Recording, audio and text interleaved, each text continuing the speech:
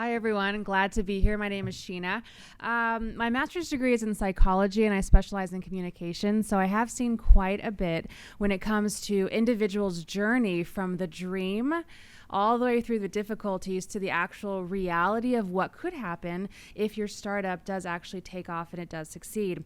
Some of the things that I've noticed that might actually hold us back from reaching that end goal that we may have set for ourselves is a lack of proper communication. Now, raise your hand if you think that you're a pretty good communicator. Anyone here feel like, yes, I can communicate, I can talk to people?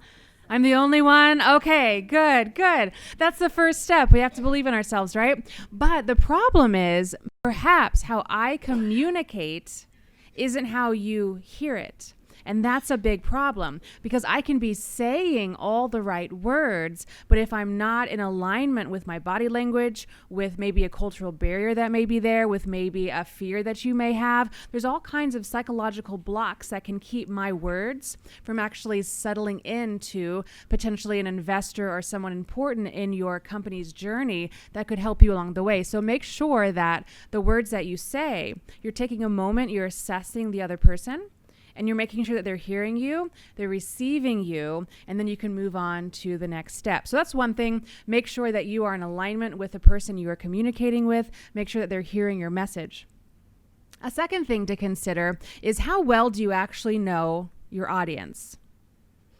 How well do you know those people that you're speaking to about your company, about your product, about your services? Do your research, do your homework, know who you're talking to, because if you want them to come alongside you and join you, it's very important that you have a little bit of information about them so that when you are trying to communicate clearly, it is being received in the best possible manner and you can find some areas that you can actually connect on early on and then build on those connections. And the last thing I want to touch on is, of course, know your product, know your services, know your company.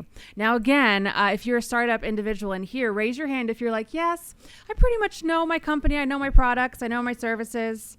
Good, that's important, right? But don't stop there because things are constantly evolving, right? They're constantly changing. And so you have to be doing new research and you have to be looking at what else is out there and then updating what you think you know about your product and your services so that it is staying as modern as possible. A lot of these things may sound like, well, of course, they're common sense, right? But if they were so easy and so common sense, then we'd have a lot more success stories than I think may be actually out there. Those are my 3 quick tips. So I hope you guys have a wonderful evening. Thanks for letting us be here. I'm super excited about it.